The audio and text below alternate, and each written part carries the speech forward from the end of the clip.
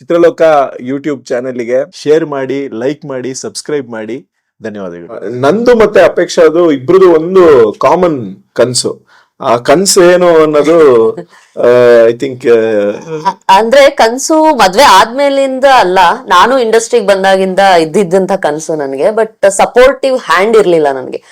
Sir, you don't believe, ನಾನು serial ಮಾಡ್ಕೊಂಡು ಎಷ್ಟು ಸರ್ ನಾವು ಗಳಿಸೋದು ಸೀರಿಯಲ್ ಅಲ್ಲಿ ದಿನಕ್ಕೆ 2,000 3,000 ನಮ್ಗೆ ಇದ್ದಿದ್ ಪೇಮೆಂಟ್ ಅವಾಗ. I am talking about 10 years ಮುಂಚೆ. ಸೊ ಅಷ್ಟಿದ್ದು ಒಂದು ಮಂತ್ಲಿ ಲೀಡ್ ಮಾಡ್ತಿರೋದ್ರಿಂದ ಮಂತ್ಲಿ ನಮ್ಮ ಒಂದ್ ಜೀವನಕ್ಕೆ ನಡೆಯುವಷ್ಟು ಇಟ್ಕೊಂಡು ಇನ್ನೊಂದೊಂದು ಸಿನಿಮಾ ಪ್ರೊಡ್ಯೂಸ್ ಮಾಡ್ಬೇಕು ಅಂತ ಯೋಚನೆ ಆಗ್ತಿದ್ದೆ ನಾನು. ಅಂದ್ರೆ ಅಷ್ಟು ಏನಂತಾರೆ ಕ್ರೇಜ್ ನಮಗೆ ಸಿನಿಮಾ ಅಂದ್ರೆ.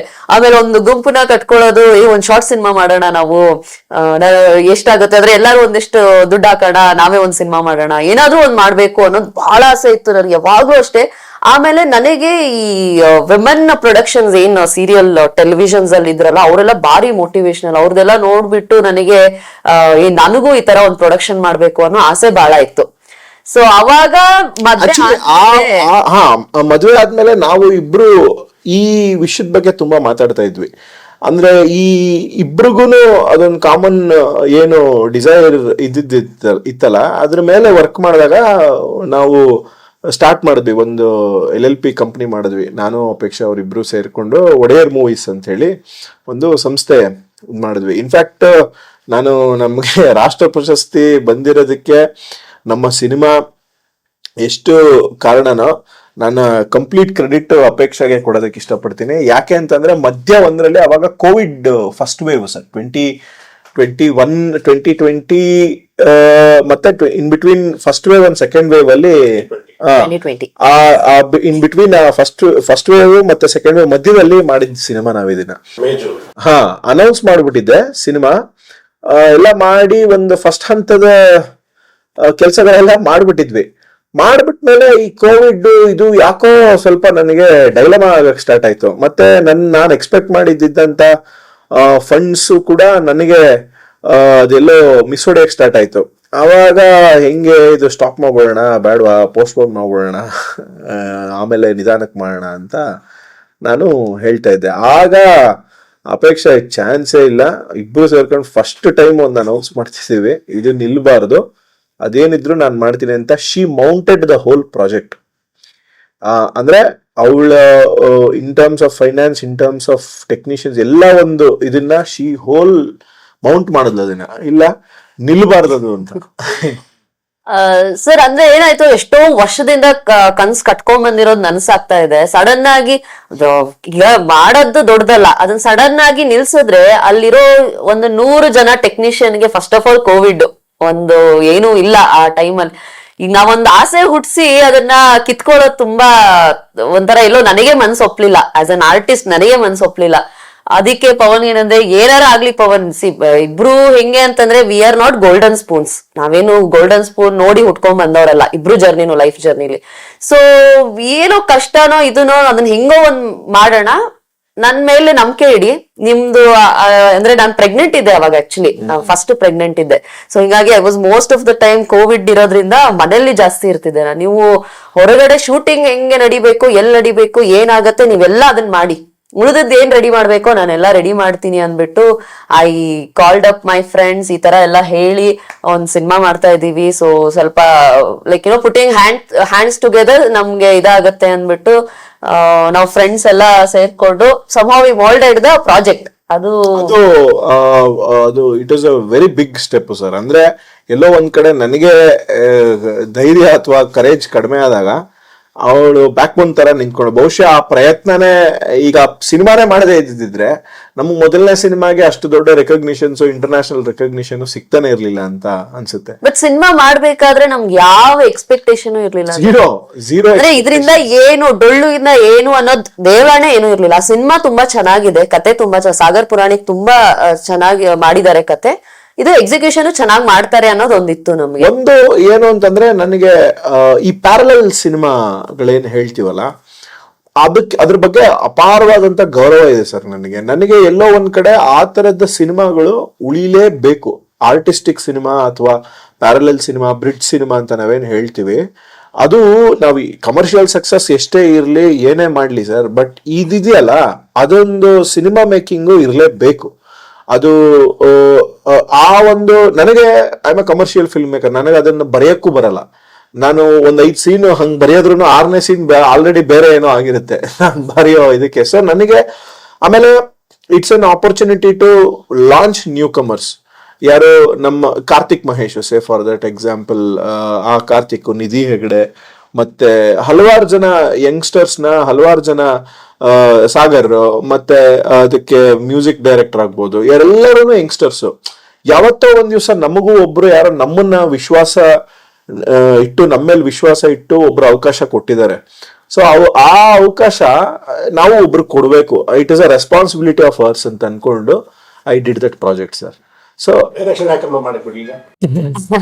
ಸರ್ ಅವ್ರು ಐ ಡೋಂಟ್ ನೋ, ಅಂದ್ರೆ ನಾವು ನಮ್ ಪ್ರೊಡಕ್ಷನ್ ಅಲ್ಲಿ ನಾವೇ ಇದ್ ಮಾಡ್ಬೇಕು ಅಂತ ಇಬ್ರಿಗೂ ಯಾವತ್ತೂ ಅದು ಆಲೋಚನೆ ಇರ್ಲಿಲ್ಲ ನಮ್ಗೆ. ಈಗ ಡೊಳ್ಳು ಅನ್ನೋದ್ ಸಾಗರ್ ಪುರಾಣಿಕ ಆ ಟೈಮಲ್ಲಿ ಒಂದ್ 3-4 ಕತೆ ಕೇಳಿದ್ವಿ ಆಲ್ರೆಡಿ. ಬಟ್ ಇದು ಡೊಳ್ಳು ಅನ್ನೋದು ತುಂಬಾ ಇಂಟ್ರೆಸ್ಟಿಂಗ್ ಆಗಿತ್ತು. ಪ್ರೌಡ್ ರೂಟೆಡ್ ಕತೆ ಹೇಳ್ಬೇಕು ಅನ್ನೋದೊಂದಿತ್ತು. ಅಂದ್ರೆ ನಮ್ಮ ಕರ್ನಾಟಕದ ಒಂದು ಕಲೆ, ಆರ್ಟ್ ಫಾರ್ಮ್. ಇನ್ನೂ ಒಂದು ಆಕ್ಚುಲಿ ಕಥಕ್ ಡ್ಯಾನ್ಸ್ ಮೇಲೆ ಒಂದು ಸ್ಟೋರಿ ಕೂಡ ಹೇಳಿದ್ರು, ಅದೂ ಚೆನ್ನಾಗಿತ್ತು. ಬಟ್ ಡೊಳ್ಳು is more of Karnataka originated, ಅಂದ್ರೆ ಇಲ್ಲಿ ಹುಟ್ಟದಂತ ಕಲೆ ಇದು. ನಾವು ಹೇಳೋಣ ಗ್ಲೌ ಸರ್, ನೀವು ನಂಬಲ್ಲ, ಇವತ್ತು ಕೂಡ ಚೈನಾದಲ್ಲಿ ಹೋಗ್ತಾ ಇದೆ ಪಿಕ್ಚರ್. ಚೈನಾದಲ್ಲಿ ಡೊಳ್ಳು ರೆಕಗ್ನೈಸೇಷನ್ ಆಯ್ತು. ಪ್ಲೇಯಿಂಗ್ ಇನ್ ಚೈನಾ ಎಂಬಸಿಯಲ್ಲಿ ಇವತ್ತು ಕೂಡ ಶೋ ಇದೆ, ಅದ್ರದ್ದು ನಡೀತಾ ಇದೆ. ಸೊ ಹಂಗೆ ಅದ್ರದ್ದು ನಾವು ಅದು ಹೆಂಗ್ ತಗೊಂತು ಅಂತಂದ್ರೆ, ಅದು ತುಂಬಾ ಒಂದು ಆರ್ಗ್ಯಾನಿಕ್ ಆಗಿ ಒಂದು ಅಪ್ರಿಸಿಯೇಷನ್ಸ್ ಮೇಲೆ ಅಪ್ರಿಸಿಯೇಷನ್ಸ್ ಅಂಡ್ ಲೀಸ್ಟ್ ಎಕ್ಸ್ಪೆಕ್ಟೆಡ್ ಇದೆಲ್ಲ ಇದು ಹಿಂಗೆಲ್ಲ ಆಗುತ್ತೆ. ಬಿಕಾಸ್ ನಾನು I was totally new to this, ಈ ತರದ ಒಂದು ಫಿಲ್ಮ್ ಮೇಕಿಂಗಿಗೆ. ಅದು ಕಮರ್ಷಿಯಲಿ ಏನಾಗಿದೆ ಏನಾಗಿಲ್ಲ ಅದು ಹೊರತುಪಡಿಸಿದ್ರೆ ಒಂದು ಆತ್ಮತೃಪ್ತಿ ಇದೆ. ಅದು ಸಿನಿಮಾ ಪ್ರೊಡ್ಯೂಸ್ ಮಾಡಿದ್ದು ಮತ್ತೆ ಒಂದು ಸಂಸ್ಥೆಗಾಗ್ಲಿ ಅಥವಾ ನಿರ್ಮಾಪಕರಿಗಾಗ್ಲಿ ಮತ್ತೆ ಅದರಲ್ಲಿ ಅಭಿನಯಿಸಿದಂತ ಕಲಾವಿದರಿಗಾಗ್ಲಿ ತಂತ್ರಜ್ಞರಿಗಾಗ್ಲಿ ಎಲ್ಲರಿಗೂ ಒಂದು ಸ್ಯಾಟಿಸ್ಫ್ಯಾಕ್ಷನ್ ಇದೆ. ಅಂದ್ರೆ money is not only the satisfaction, ಒಂದು ನಮ್ಮ ಪ್ಯಾಷನ್ ನ ಒಂದು ತೃಪ್ತಿ ಪಡಿಸೋದಿದೆಯಲ್ಲ, ಅದು ಕೂಡ that is also equal to ಒಂದು ಶ್ರೀಮಂತಿಕೆಗೆ ಈಕ್ವಲ್ ಅದು ಅನ್ನೋ ಒಂದು ಭಾವನೆ. ಡೊಳ್ಳು ಆಗಿನ ಕಾಲಕ್ಕೆ ಐ ಥಿಂಕ್ ಅರೌಂಡ್ ನಂದು ಮಾರ್ಕೆಟಿಂಗ್ ಎಲ್ಲ ಸೇ 1.5 ಕೋಟಿ ಖರ್ಚಾಗಿತ್ತು. 1.5 ಮೇಲೆ. ಮಾತಾಡ್ತೀನಿ, ನಾನು ಒಬ್ಬ art cinema maker, big cinema maker. 1.5 ಕೋಟಿ ಇನ್ವೆಸ್ಟ್ಮೆಂಟ್ ಟೂ ಮಚ್ ಅಂತ ಹೇಳಿಲ್ಲ ಅನಿಸ್ಲಿಲ್ವಾ? ಅಲ್ಲ ಅನ್ನಿಸ್ತು. ಎಲ್ಲಿ sir, we have promoted the movie, we released the movie, ಅದಕ್ಕೆ ನಾವು ಜಾಸ್ತಿ ದೊಡ್ಡ ಸ್ಪೆಂಡ್ ಮಾಡಿರೋದು. ಮಾರ್ಕೆಟಿಂಗ್ ಸ್ಪೆಂಡ್ 65 ಲಕ್ಷ ಆಗಿದೆ ಬರೇ ಮಾರ್ಕೆಟಿಂಗ್. ಅಂದ್ರೆ ಒಂದು ಜಾನ್ ನ ಕಟ್ ಮಾಡ್ಬೇಕು ಅನ್ನೋದಿತ್ತು. ಅಂದ್ರೆ ನಮಗೂ it is an experience sir. ನಮಗೂನು ಓಕೆ ಹಿಂಗೆಲ್ಲ ಮಾಡಬಾರ್ದು, ನಾವೊಂದು ಕಮರ್ಷಿಯಲ್ ಸಿನಿಮಾ ರಿಲೀಸ್ ಮಾಡೋ ರೇಂಜಿಗೆ ಮಾಡ್ಬಿಟ್ವಿ ನಾವು ಅದನ್ನ. ಅದಿದೆಯಲ್ಲ ನಮಗ ಅಂದ್ರೆ it was a learning lessons for us also. Making ಆಗಿದೆ ಸರ್, ಆಲ್ಮೋಸ್ಟ್ 1.10 ವರೆಗೂ ಆಗಿದೆ ಮೇಕಿಂಗ್. ಅಲ್ಲ ಜಾಸ್ತಿನೇ ಅದು. ನಮ್ಗೆ ಏನಾಯ್ತು ಗೊತ್ತಾ, ಏನು 60 ಲಕ್ಷ ಪಬ್ಲಿಸಿಟಿಗೆ ಹಾಕಿದ್ದೀರಾ? ಹಾ, ಆಗಿದೆ ಸರ್. 1.5 to 1.6 ವರೆಗೂ ಆಗಿದೆ ಅದು ಬಜೆಟ್ ಟೋಟಲಿ ಅಷ್ಟಾಗಿದೆ.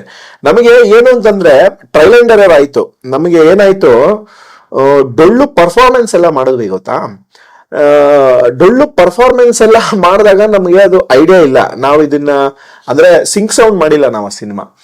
ಅದು ವಾಯ್ಸ್ ಡಬ್ ಮಾಡಿರುವಂತ ಪಿಕ್ಚರ್ಸ್. ಈಗ ನಾವು ಪರ್ಫಾರ್ಮ್ ಮಾಡ್ಬೇಕಾರೆಲ್ಲ ತೆಗೆದುಬಿಟ್ಟಿದೀವಿ, ಕ್ಲೀನಾಗಿ ನೀಟಾಗಿ ತೆಗೆದ್ಬಿಟ್ಟಿದೀವಿ. ಈ ಸ್ಟುಡಿಯೋ ಒಳಗಡೆ ಮತ್ತೆ ಇದನ್ನ ಪರ್ಫಾರ್ಮ್ ಮಾಡ್ಬೇಕಲ್ಲ, ವಿ ಹ್ಯಾವ್ ಟು ಈಗ ಮಿಕ್ಸ್ ಮಾಡ್ಬೇಕಲ್ಲ, ಸೌಂಡ್ ಎಫೆಕ್ಟ್ ಹಾಕ್ಬೇಕು ಅಂತಂದ್ರೆ you have to again perform that. Sir you don't believe, ಅದು 3 ಸತಿ ರೀಕ್ರಿಯೇಟ್ ಮಾಡಿದೀವಿ ಅದನ್ನ.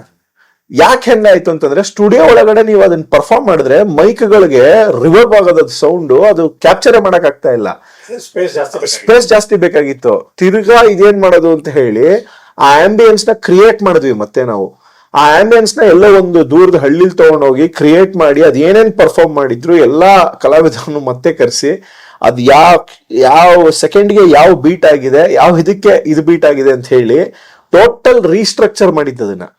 ಸೊ ಇದೆಲ್ಲ ಇದೆಯಲ್ಲ, ಇದೆಲ್ಲ ನಾವು ಸ್ಟಾರ್ಟ್ ಮಾಡ್ಬೇಕಾದ್ರೆ ಹಿಂಗೆಲ್ಲ ಇರುತ್ತೆ ಅನ್ನೋದು ನಮಗೂ ಒಂದು ಐಡಿಯಾ ಇಲ್ಲ, ಟೆಕ್ನಿಷಿಯನ್ಸ್ಗೂ ಐಡಿಯಾ ಇಲ್ಲ. ವಿ ಜಸ್ಟ್ ಫೆಲ್ಟ್ ಓಕೆ ಇದು ಪರ್ಫಾರ್ಮೆನ್ಸ್ ಹಿಂಗ್ ಹೋಗ್ಬಿಟ್ಟಿದೀವಿ ನಾವು.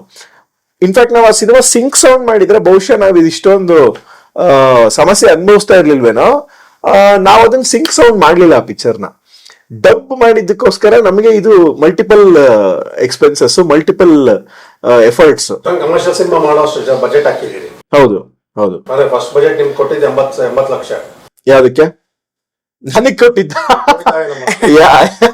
ಒಂದ್ 89 ಲಕ್ಷ ಇರ್ಬೋದು. ಬಟ್ ನಾನು ಕಾಲ ಕಾಲ ಕಾಲ ಮುಂದೆ ಹೋಗಿದೆ. 10 ವರ್ಷ ಸರ್, 10 ಇಯರ್ಸ್ ಹೋಗಿದೆ. ಆಮೇಲೆ ನನ್ನ ಸೆನ್ಸಿಬಿಲಿಟಿ ಒಂದೇ ಒಂದು ಸರ್. ಈಗ ನಾನು ಒಬ್ಬ ನಿರ್ಮಾಪಕನಿಂದ ನಾನು ಏನ್ ಎಕ್ಸ್ಪೆಕ್ಟ್ ಮಾಡ್ತೀನಿ, ನನ್ ಕ್ರಿಯೇಟಿವ್ ಫ್ರೀಡಮ್ ಕೊಡಬೇಕು. ನನ್ ಏನು ರಿಕ್ವೈರ್ಮೆಂಟ್ ಇದೆ ಅದು ಬೇಕು ಅನ್ನೋದನ್ನ ನಾನು ಎಕ್ಸ್ಪೆಕ್ಟ್ ಮಾಡ್ತೀನಿ. ಸೊ ಅದೇ ರೀತಿ ನಾನು ಪ್ರೊಡ್ಯೂಸರ್ ಆದಾಗ ನಾನು ಅದನ್ನೇ ಮಾಡಿದ್ದು. ನಾನು ಒಂದು ದಿವಸ ಒಂದ್ಸತಿ ಕತೆ ಕೇಳಿದೆ, ಒಂದ್ ಸಣ್ಣ ಪುಟ್ಟ ಕರೆಕ್ಷನ್ಸ್ ಹೇಳಿದೆ, ಅದು ಬಿಟ್ರೆ ನಾನು ಒಂದು ದಿವಸ ಶೂಟಿಂಗ್ ಸ್ಪಾಟಿಗೆ ಹೋಗಿಲ್ಲ. ಒಂದು ದಿವಸ ಇದನ್ನ ಯಾಕೆ ಹಿಂಗ್ ಮಾಡ್ತಿದ್ದೀರಾ, ಅದನ್ನ ಯಾಕೆ ಹಿಂಗ್ ಮಾಡ್ತಿದ್ದೀರಾ ಏನೂ ಕೇಳಕ್ ಹೋಗಿಲ್ಲ. And I gave that liberty and that confidence to them. That is what producer's job is. ಆ ಸಿನಿಮಾಯಿಂದ ಹಲವಾರು ಕಲ್ತು ಇದೀನಿ ಸರ್. ಅಂದ್ರೆ ಪ್ರೊಡಕ್ಷನ್ ನ ಹೆಂಗ್ ಹ್ಯಾಂಡಲ್ ಮಾಡಬೇಕು, ಡಿಸ್ಟ್ರಿಬ್ಯೂಷನ್ ನ ಹೆಂಗ್ ಹ್ಯಾಂಡಲ್ ಮಾಡಬೇಕು, ಮಾರ್ಕೆಟಿಂಗಿಗೆ ಎಷ್ಟು ಖರ್ಚು ಮಾಡಿ ಎಷ್ಟು. ಯಾಕೆಂದ್ರೆ ಇಟ್ ವಾಸ್ ಅಲ್ಲಿವರೆಗೂ ಡೈರೆಕ್ಟರ್ ಆಗಿದ್ದೀನಿ, ಒಂದು ಆಯಾಮಗಳು ಗೊತ್ತಿದೆ. But as a producers difficulties ಏನು, ಪ್ರೊಡ್ಯೂಸರ್ಸ್ ಶೂ ಅಲ್ಲಿ ನಾನು ಯಾವತ್ತೂ ನಿಂತಿರ್ಲಿಲ್ಲ. That was the first time I wore that hat of the producer and I understood the difficulties. ಎಷ್ಟು ಡಿಫಿಕಲ್ಟ್ ಇರುತ್ತೆ, ಎಷ್ಟು ಅದು ಸಮಸ್ಯೆಗಳ ಎದುರಿಸಬೇಕಾಗುತ್ತೆ ಅನ್ನೋದು. ಅಂದ್ರೆ ಆ ಚಾಲೆಂಜಸ್ ಕಣ್ಣಿಗೆ ಕಾಣದೇ ಇರ್ಬೋದು sir. It is going to be a mental challenges. ಅದು ಆ ಚಾಲೆಂಜಸ್ ನ ಓವರ್ಕಮ್ ಮಾಡೋದು ಹೇಗೆ ಅನ್ನೋದು ನನಗೆ ಆ ಸಿನಿಮಾಯಿಂದ ಒಂದು ದೊಡ್ಡ ಅನುಭವ ಆಯ್ತು. ಹೇಗಾಯ್ತು ಸಿನಿಮಾ? ಸಿನಿಮಾ ಕಮರ್ಷಿಯಲಿ ಏನಂತ ಅಲ್ಲ, ಏನೂ ಆಗಿಲ್ಲ ಕಮರ್ಷಿಯಲಿ. ನಾನು ಓಪನ್ ಆಗಿ ಹೇಳ್ತೀನಿ. ಯಾಕೆಂತಂದ್ರೆ ಬಟ್ ಅದ್ರ ಕೊಟ್ಟಿರೋ ಅಪ್ರಿಸಿಯೇಷನ್ ಇದೆಯಲ್ಲ, ಅದು ನಮಗೇನೆ ಆ ಸಿನಿಮಾ ಒಂದು. ಯಾಕೆಂದ್ರೆ ನನಗೆ ಆನೆಸ್ಟ್ಲಿ ಹೇಳ್ಬೇಕು ಅಂತಂದ್ರೆ ಆ ತರದ ಸಿನಿಮಾಗಳಿಗೆ ಎಲ್ಲೋ ಒಂದು ಸಣ್ಣ ಅಪ್ರಿಸಿಯೇಷನ್ ಇದೆ, ಬಟ್ ಅದು ಎಲ್ಲೋ ಸಾಕಾಗ್ತಿಲ್ಲ ಅಂತ ಅನ್ಸುತ್ತೆ. ನಾನು ಅದು ಹೇಳ್ತಾ ಇರೋದು ಮಾನಿಟರಿ ಅಪ್ರಿಸಿಯೇಷನ್ಸ್. ಈಗ ಯಾವ್ದೋ ಸ್ಯಾಟಲೈಟ್ ಆಗ್ಬೋದು, ಡಿಜಿಟಲ್ ಆಗ್ಬೋದು, ಇಂಥವರು ಒಂದ್ ಕೆಟಗರಿ. ಈಗ ನೋಡಿ ಹಿಂದಿಯಲ್ಲಿ ಅದಿದೆ, ಯಾವ್ದು ಗೊತ್ತಾ, ಒಂದು ವೆಬ್ಸೈಟ್, ಒಂದು OTT ಇದೆ ಏನು, ಈ ತರದೊಂದು ಬ್ರಿಡ್ಜ್ ಸಿನಿಮಾಗಳನ್ನ ಇವನ್ನ ರಿಲೀಸ್ ಮಾಡೋದಕ್ಕೆ ಅಂತಾನೆ ಒಂದು ಸೆಗ್ಮೆಂಟೇ ಇದೆ. So it's a different thing. ನಾನು ಹೇಳೋದು ಇದು ಈ ತರದ ಸಿನಿಮಾ ಮೇಕರ್ಸ್ಗೆ ಅಥವಾ ಇದು ಒಂದು ಸಣ್ಣ ಹೆಲ್ಪಿಂಗ್ ಹ್ಯಾಂಡ್ ಇರಬೇಕು ಅಂತ ಅನ್ಸುತ್ತೆ ನನಗೆ. ಸರಿ, 1.25 ಕೋಟಿ ಹಾಕಿದ್ದೀರಿ ಒಂದು ಸಿನಿಮಾಗೆ. ಎಷ್ಟು ರಿಟರ್ನ್ಸ್ ಬಂದಿದೆ ಈಗ? Returns and nothing sir. It's in very peanuts. ಅಂದ್ರೆ ಟು ಬಿ ಆನೆಸ್ಟ್, ಅಪ್ರಾಕ್ಸಿಮೇಟ್ಲಿ ನಾವು ಎಲ್ಲ ಸೇರಿಸ್ಕೊಂಡು ಒಂದು 35-40 ಲಕ್ಷ ಬಂದಿರ್ಬೋದು ಸರ್. ಅದು ಅಷ್ಟು ಬಂದಿಲ್ಲ, ಇನ್ನೂ ಕಡಿಮೆನೆ. ಈ ಸಬ್ಸಿಡಿವು ಮತ್ತೆ ಈ ಅಮೆಝಾನ್ ಪೇಪರ್ ವ್ಯೂ ಬೇಸಿಸ್ ಎಲ್ಲ ಹಾಕಿದ್ವಿ. ಅದು ಚಿಲ್ಡ್ರನ್ಸ್ ಫಿಲ್ಮ್ ಅಲ್ಲ ಇದು. So regular cinema. ಸೊ ಅದು ಬಿಟ್ರೆ I think nothing. We did not earn anything. So 1.25 ಕೋಟಿ ಒಂದು ಅವಾರ್ಡ್ಗೆ ಕಾಸು ಕೊಟ್ರಿ. ಅವಾರ್ಡ್ ಕಾಸು ಕೊಟ್ಟಿಲ್ಲ, ಒಳ್ಳೆ ಪಿಕ್ಚರಿಗೆ ಕಾಸು ಮಾಡಿ. ಇಲ್ಲ ಹಂಗ ಹೇಳಕ್ ತಪ್ಪಾಗುತ್ತೆ. ಇಟ್ಸ್ ಅ ರಾಂಗ್ ಇದು ನೋಷನ್ ಆಗುತ್ತೆ. ನಾನು ಹೇಳಿದ್ದು ನಾನೊಂದು ಸಿನಿಮಾ ಮಾಡಬೇಕು, ಒಂದು ನಮ್ಮ ರೂಟೆಡ್ ಕತೆ ಹೇಳಬೇಕು ಅನ್ನೋ ನಮ್ಮ ಆಸೆಗೆ ಖರ್ಚು ಮಾಡಿದ್ದು ಅದು. So satisfaction is national award. Satisfaction is a good movie. Award I don't consider it as a satisfaction. It is just an appreciation ಅಷ್ಟೇ ಸರ್. ಬಟ್ ಮೊನ್ನೆ ಇನ್ನೊಂದು ಖುಷಿನೇ ಆಗಿರ್ಬೇಕಲ್ಲ ನಿಮ್ಗೆ. ಏನು? ಯಾವ್ದಕ್ಕೆ? ಸ್ಟೇಟ್ ಅವಾರ್ಡ್ ಬಂತಲ್ಲ. ಅದು ಟೋಟಲ್ ಕನ್ಫ್ಯೂಷನ್ ಸರ್. ನನಗೇನೆ ಅಪ್ಲೈನೇ ಮಾಡದೆ ಅದು ಹೆಂಗೆ ಅವಾರ್ಡ್ ಕೊಟ್ರು ಅನ್ನೋದು ನನಗೂ ಆಶ್ಚರ್ಯ. ಇನ್ಫ್ಯಾಕ್ಟ್ ಅದೊಂದು ಕನ್ಫ್ಯೂಷನ್ ಬಹುಶಃ ನೀವು ಪಾಪ ಬಗೆಹರಿಸಿದ್ರಿ. ನಮ್ಮ ಕನ್ಫ್ಯೂಷನ್, ನಮ್ಮ ಆತಂಕನು ಅದ್ ಯಾಕೋ ಹೋಗಿ ಬಂದು ಡೊಳ್ಳುನೇ ಸಿಕ್ಕಾಕೊಳ್ಳುತ್ತೆ ಎಲ್ಲ ಕಡೆ. ಅದು ನಾನು ಪಬ್ಲಿಸಿಟಿ ಅಂತ ಹೇಳ್ಬೇಕೋ ಅಥವಾ ಗುಡ್ ಪಬ್ಲಿಸಿಟಿ ಅಂತ ಹೇಳ್ಬೇಕೋ ಅಥವಾ ಏನ್ ಹೇಳ್ಬೇಕು ಅನ್ನೋದು ಗೊತ್ತಾಗಲ್ಲ. ಆ ಕನ್ಫ್ಯೂಷನ್ ನ ಆಕ್ಚುಲಿ ತುಂಬಾ ನೀಟಾಗಿ ಬಗೆಹರಿಸಿದ್ರಿ ನೀವು ಎಲ್ಲರೂ. I think it's an eye opener solution to statement to everyone. Because I don't know how that happened. ಯಾಕೆಂದ್ರೆ ನಮ್ದು ರೀಸೆನ್ಸರ್ ಆಗಿದೆ ಥಿಯೇಟರ್ ಪರ್ಪಸ್ಗೋಸ್ಕರ. 20ರಲ್ಲಿ ಸಿನಿಮಾ ರಿಲೀಸ್ ಆಗಿದೆ. 2020 ನಮ್ದು ಸೆನ್ಸರ್ ಆಗಿತ್ತು ಪಿಕ್ಚರ್, ಬಟ್ ನಾವು ಥಿಯೇಟ್ರಿಕಲ್ ಪರ್ಪಸ್ಗೋಸ್ಕರ ಸ್ವಲ್ಪ ಇದು ಮಾಡಿ ರೀಸೆನ್ಸರ್ ಮಾಡಿದ್ವಿ 2022 ಅಲ್ಲಿ ಥಿಯೇಟರ್ಗೋಸ್ಕರ. ಆವಾಗ ಈಗ ಅದೇನೋ ಹೊಸ ರೂಲ್ಸ್ ಬಂದಿದೆ ಅಂತೆ, ಏನೋ ಲೇಟೆಸ್ಟ್ ಸೆನ್ಸರ್ ಏನಾಗಿರುತ್ತೆ ಇದನ್ನ ಕನ್ಸಿಡರ್ ಮಾಡ್ತಾರೆ, ಇದಕ್ಕೆ ಅಂತ ಹೇಳಿ ಇದನ್ನ ಕನ್ಸಿಡರ್ ಮಾಡ್ತಾರೆ ಅಂತ ಹೇಳಿ ನಮ್ದು ಈ 2020 ಅವಾರ್ಡ್ ಇಂದ ನಮ್ಮನ್ನ ಆಚೆ ಇಟ್ಟಿದ್ರು. ನಮ್ದು ಇನ್ನೊಂದೆರಡು ಯಾವ್ದೋ ಪಿಕ್ಚರ್ ಅಪ್ಲೈ ಮಾಡಿದ್ರ 2020 ಅಪ್ಲೈ ಮಾಡಿದ್ವಿ. ಸೊ ಅದನ್ನ ಆಚೆ ಇಟ್ಟಿದ್ರು, ನಮಗೆ ರಿಟರ್ನ್ ಅಲ್ಲೇ ಕೊಟ್ಟಿದ್ರು, ಅದು ಈ ತರ ನಿಮ್ ಸಿನಿಮಾ ಹಿಂಗ್ ಕನ್ಸಿಡರ್ ಮಾಡಕ್ಕಾಗಲ್ಲ ಅಂತ ರೈಟಿಂಗ್ ಅಲ್ಲೇ ಕೊಟ್ಟಿದ್ರು. ಸರಿ ಓಕೆ ಅಂದ್ಬಿಟ್ಟು ನಾವು ಸುಮ್ಮನೆ ಆಗಿದ್ವಿ. ಬಟ್ ಇದು 2021 ಅಲ್ಲಿ ನಮ್ಗೆ ಯಾಕೆ ಕೊಡ್ತಾರೆ ಸ್ವಲ್ಪ ಶಾಕಿಂಗ್ ಆಗಿತ್ತು. ಬಟ್ ಅದು ಅಲ್ಲಿ ನಡೆದಿರುವಂತ ಕನ್ಫ್ಯೂಷನ್ಸ್ ನ ನಿಮ್ಮ ಚಿತ್ರಲೋಕ ವೆಬ್ಸೈಟ್ ಇಂದಾನೆ ಅದನ್ನ ಹಾಕಿದ್ರಿ. ಸೊ ಸಮವ್ ಇಟ್ ಸಾರ್ಟೆಡ್ ಅಂತ ಅನ್ಸುತ್ತೆ. 22 ಅಪ್ಲೈ ಮಾಡ್ಬೇಕು, 22 ಅಪ್ಲೈ ಮಾಡ್ಬೇಕು. ಹೌದು, 22 ಕರೆದಿದಾರ, ಐ ಡೋಂಟ್ ನೋ, ಇನ್ನು ಕರೆದಿಲ್ಲ ಅನ್ಸುತ್ತೆ. 22 ಕರೆದಾಗ ಅಪ್ಲೈ ಮಾಡ್ತೀವಿ. ಮತ್ತೆ ಸ್ಟೇಟ್ ಅವಾರ್ಡ್ ಬರುತ್ತೆ ಸರ್, ನಿಮ್ ಬಾಯಾರಿಕೆಯಿಂದ ಬರ್ಲಿ. ನನಗೆ ಏನು ಅಂತಂದ್ರೆ, ಇಫ್ ಇಟ್ ಇಸ್ ಸಿನಿಮಾಗೆ ಒಂದು ಈಗ ಒಂದು ವಿಷಯ ಇದೆ, ಒಂದು ವಿಷಯನ ನಾವು ಸೊಸೈಟಿಯಲ್ಲಿ ನಡೀತಾ ಇರುವಂತಹ ಅಥವಾ ಒಂದು ಯಾವುದೋ ಒಂದು ಟಬು ಬಗ್ಗೆ ನಾವು ಡೊಳ್ಳು ಸಿನಿಮಾ ಮಾಡಿರೋದು. ಅಂದ್ರೆ art doesn't have any cost, Creed, gender ಇದೇನು ಇಲ್ಲ ಅನ್ನೋದನ್ನ ನಾವು ಆ ಸಬ್ಜೆಕ್ಟ್ ಅಲ್ಲಿ ಹೇಳಕ್ ಹೊರಟಿದೀವಿ. ಸೊ ಆ ತರದೊಂದು ವಿಷಯ ಬಹುಶಃ ಅದೇ ಎಲ್ಲರಿಗೂ ಇಷ್ಟ ಆಗಿರ್ಬೋದಲ್ಲ. ನನ್ನ ಎಷ್ಟೋ ಜನ ಪತ್ರಕರ್ತ ಸ್ನೇಹಿತರು ಅದು ಕೇಳಿದಾಗ ಇಲ್ಲ ತುಂಬಾ ಸಿನಿಮಾ ಕಮರ್ಷಿಯಲ್ ಆಗಿ ಹೆಂಗಾಗುತ್ತೆ ಅನ್ನೋದು ನಮಗೆ ಗೊತ್ತಿಲ್ಲ. ಆ ವರ್ಡ್ ಮಾತ್ರ ಎಲ್ಲರೂ ಹೇಳೋರು, ಏನೋ ಕಮರ್ಷಿಯಲ್ ಹೆಂಗಾಗುತ್ತೆ. ಅದು ನನಗೂ ಅರ್ಥ ಆಯ್ತದು. ಅಂದ್ರೆ ಈ ಡೈನಾಮಿಕ್ಸೇ ಬೇರೆ, ಆ ಡೈನಾಮಿಕ್ಸೇ ಬೇರೆ ಅನ್ನೋದು ನನಗೂ ಅರ್ಥ ಆಯ್ತು. ಬಟ್ ಎಲ್ಲರೂ ಹೇಳಿದೊಂದು ತುಂಬಾ ಬೋಲ್ಡ್ ಅಟೆಂಪ್ಟ್, ತುಂಬಾ ಆನೆಸ್ಟ್ ಅಟೆಂಪ್ಟ್ ಮಾಡಿದೀರಾ, ತುಂಬಾ ಚೆನ್ನಾಗಿದೆ. Message is very strong in the end. Finally ಆ ಡೊಳ್ಳು ಕುಣಿತ ಅನ್ನೋದು ಒಂದು ಹೆಣ್ಮಕ್ಳಿಗೂ ಅದು ಮಾಡಬಹುದು ಅನ್ನೋ ಒಂದು ಇದಿದೆಯಲ್ಲ, ಅದನ್ನ ಅದ್ರಲ್ಲಿ ಹೇಳಿದೀವಿ. ಮತ್ತೆ ಅದನ್ನ ನಾವು ಎಂಡಲ್ಲಿ ವಿತ್ ಪೇಪರ್ ಕಟಿಂಗ್ಸ್ಗಳು ಅದರಿಂದ ಏನೇನು ಅಚೀವ್ ಆಗಿದೆ ಅನ್ನೋದನ್ನು ಕೂಡ ತೋರಿಸಿದ್ದು ಬಹುಶಃ. ಸರ್, ಇವತ್ತು ಚೈನಾದಲ್ಲಿ ನಡೀತಾ ಇದೆ.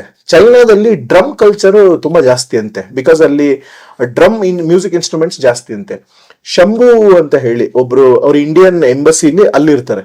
ಅವ್ರು ಹೇಳ್ತಾರಲ್ಲ, ಕಳ್ಸಿದ್ದಾರೆ ಎಲ್ಲ ಚೈನೀಸ್ ರಿವ್ಯೂಸ್ಗಳು ಕಳ್ಸಿದ್ದಾರೆ. ಒಬ್ಬೊಬ್ರು ಆ ಸಿನಿಮಾನ ಎಷ್ಟು ಪ್ರೇಸ್ ಮಾಡಿ ಹೇಳಿದ್ದಾರೆ ಅಂತಂದ್ರೆ ಅದು ನನಗೆ ಅದು ತುಂಬಾ ಹೆಮ್ಮೆ ಇದೆ ಅದ್ರ ಬಗ್ಗೆ. At the same time if cinema deserve ಇದೆ, ಈ ಸಿನಿಮಾಗೆ ಡಿಸರ್ವಿಂಗ್ ಇದೆ, ಏನೋ ಈ ರೆಕಗ್ನಿಷನ್ ಇದೆ ಅಂತಂದ್ರೆ ಸಿಗುತ್ತೆ sir. But at the same time ನಾವು ಅದನ್ನ ಚೇಸ್ ಮಾಡೋದು ನನಗೆ ಇಷ್ಟ ಆಗೋದಿಲ್ಲ. ಅಂದ್ರೆ ಅದನ್ನ ಪ್ರೆಷರೈಸ್ ಮಾಡಿ ಒತ್ತಾಯಪೂರ್ವಕವಾಗಿ ಒಪ್ಸೋದು ಎಷ್ಟರ ಮಟ್ಟಿಗೆ ಸರಿನೋ ತಪ್ಪು ನನಗೂ ಕೂಡ ಅದ್ರ ಬಗ್ಗೆ ನನಗೆ ಐ ಡೋಂಟ್ ನೋ ಅದು ಹೆಂಗ್ ವರ್ಕ್ ಆಗುತ್ತೆ ಅನ್ನೋದನ್ನು ನನಗೆ ಅರ್ಥ ಆಗೋದಿಲ್ಲ. ಮತ್ತೆ ನಮ್ಮ ಎಫರ್ಟ್ ಚೆನ್ನಾಗಿದ್ದಾಗ, ನಮ್ಮ ಎಫರ್ಟ್ ಎತ್ಕೊಂಡಿರೋ ವಿಷಯ ಮತ್ತೆ ನಮ್ಮ ಏನೋ ಪ್ರೆಸೆಂಟೇಷನ್ ಚೆನ್ನಾಗಿದ್ದಾಗ I think it makes a way easier ಅಂತ ಹೇಳಕ್ ಇಷ್ಟಪಡ್ತೀನಿ ಅಷ್ಟೇ.